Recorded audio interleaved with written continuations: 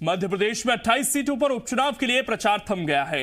3 नवंबर को वोट डाले जाएंगे और 10 नवंबर को वोटों की गिनती होगी। 2018 विधानसभा चुनाव की तुलना में इस बार 18% पोलिंग बूथ बढ़ाए गए हैं। 28 सीटों पर कुल 63,68,000 लोग अपने मताधिकार का इस्तेमाल करेंगे, जिसमें से 33,72,000 पुरुष वोटर, 29,77,000 महिला वोटर, 198 थर्ड जेंडर के वोटर हैं। 80 साल से ज्यादा वाले 71,627, दिव्यांग वोटर्स की संख्या 55,329 है। मतदान के लिए 56,000 कर्मचारियों की ड्यूटी लगाई गई है। 24,003 बैलेट यूनिट, 23,558 कंट्रोल यूनिट और 23,053 वीवीपैट उपलब्ध हैं। तो 28 सीटों पर मुकाबला होना है। कुछ मुख्य सीटों की बात भी हम करेंगे और सबसे पहले बात दिमनी की करें तो यहां पर गिरिराज दंडोतिया के सामने होंगे रविंद्र सिंह तोमर। गिरिराज दंडोतिया चुनाव प्रचार के दौरान कई बार हमने देखा विवादों में भी आए, जिस तरह की बयानबाजी उनकी तरफ से की गई। इसके बाद नारायण पटेल मांधाता से उत्तम राज नारायण सिंह के खिलाफ चुनाव लड़ेंगे।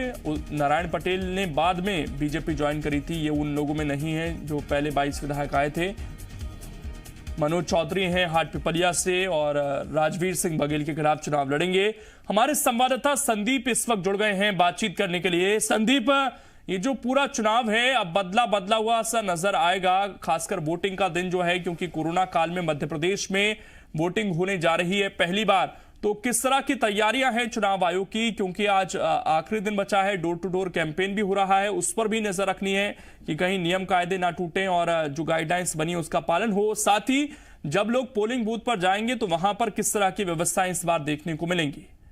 देखिए, ये कोरोना काल में मतदान हो रहा है, इसीलिए चुनाव आयोग के साथ में आम लोगों के लिए भी यह बड़ी चुनौती है कि किस तरह से वो मतदान करेंगे। जाहिर बात है, कोविड प्रोटोकॉल का पालन करते हुए मतदान किया जाएगा, शारीरिक दूरी बनाई रखी जाएगी और जब पोलिंग बूथों पर पहुंचेंगे तो प्रॉपर सैनिटाइजेशन हो, इसका ध्यान भी रखा जा रहा है।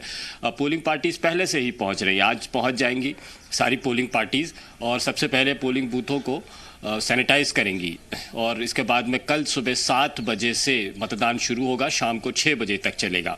यहाँ पर सबसे अहम बात यह है कि कई पोलिंग बूथ ऐसे हैं जो 16 विधानसभा क्षेत्र है, ख़ास तौर पर जो ग्वालियर चंबल इलाके में है। यहाँ पर संवेदनशील मतदान केंद्र 3000 से ज़्यादा संवेदनशील मतदान केंद्र है और इनकी जद में आने वाले करीब 300 से ज़्यादा ऐसे पोलिंग बूथ हैं जहाँ पर जो संवेदनशील हो सकते हैं। यहाँ पर ख़ास तैयारियाँ रखनी है और ग्वालियर चंबल इलाके में आम चुनाव जैसे शांतिपूर्वक नहीं हो पाते हैं और इसीलिए ये प्रशासन के लिए भी चुनौती है, पुलिस के लिए चुनौती है कि ये शांतिपूर्वक मतदान हो, किसी तरह के बूथ कैप्चरिंग ना हो, विवाद ना हो।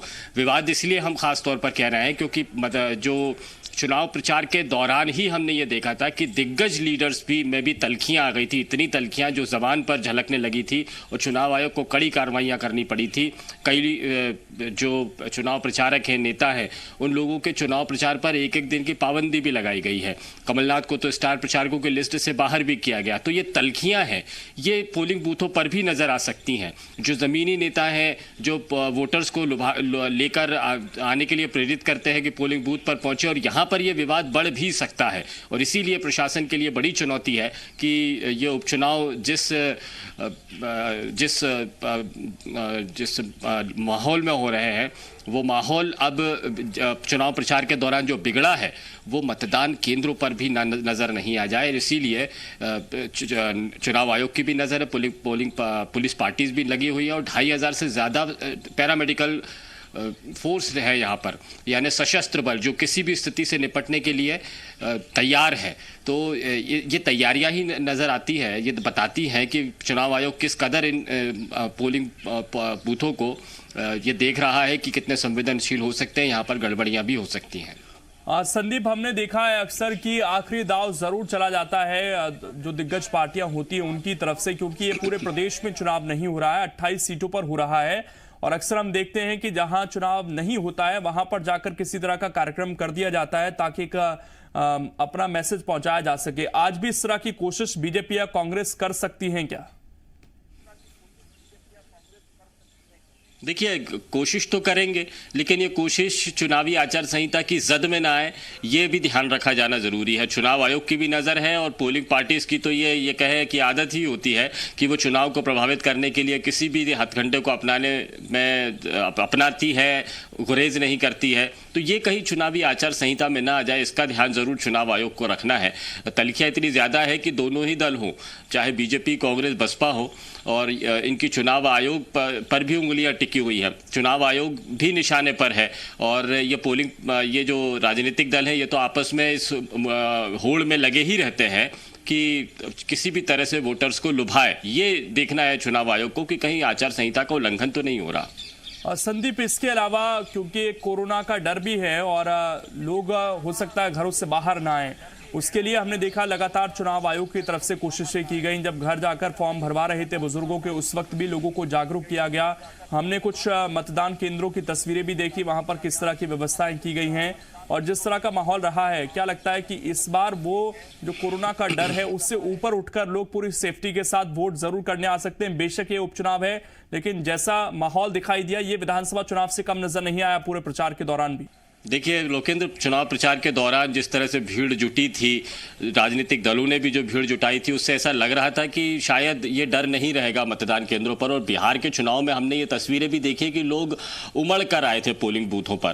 तो संभावना इस बात की कम है कि जो रुझान कम होगा, लोग नहीं पहुंचेंगे, ऐसी संभावनाएं नहीं है, लोग पहुंचेंगे। और ग्वालियर चंबल इलाके में तो हमने ये देखा है कि लोग बाहर निकलने से परहेज भी नहीं कर रहे हैं। हालांकि जो दीगर इलाके हैं, मालवांचल, निमाड़ है या फिर अनूपपुर जैसे इलाके हैं, यहाँ पर ज़रूर है जो कुछ संभ्रांत घराने अनजान शख्स के संपर्क में आने से परहेज कर रहे हैं, वो पोलिंग बूथों पर पहुंचेंगे या नहीं पहुंचेंगे ये देखना होगा। लेकिन सुरक्षित तरीके से अगर मतदान किया जाएगा तो कोई डर की बात नहीं है। और चुनाव आयोग ने इस तरह की पूरी तैयारी की है कि लोग घरों से बाहर जरूर निकलें संदीप, लेकिन सेफ्टी के साथ निकले, मास्क जरूर पहन के रखें और मतदान केंद्र पर जो भी व्यवस्थाएं चुनाव आयोग की तरफ से की गई हैं उनका पालन भी पूरी तरीके से हो। लेकिन वोटिंग कम नहीं होनी चाहिए, क्योंकि ये चुनाव प्रदेश की सियासत को और सरकार को बुरी तरीके से प्रभावित कर सकता है। शुक्रिया।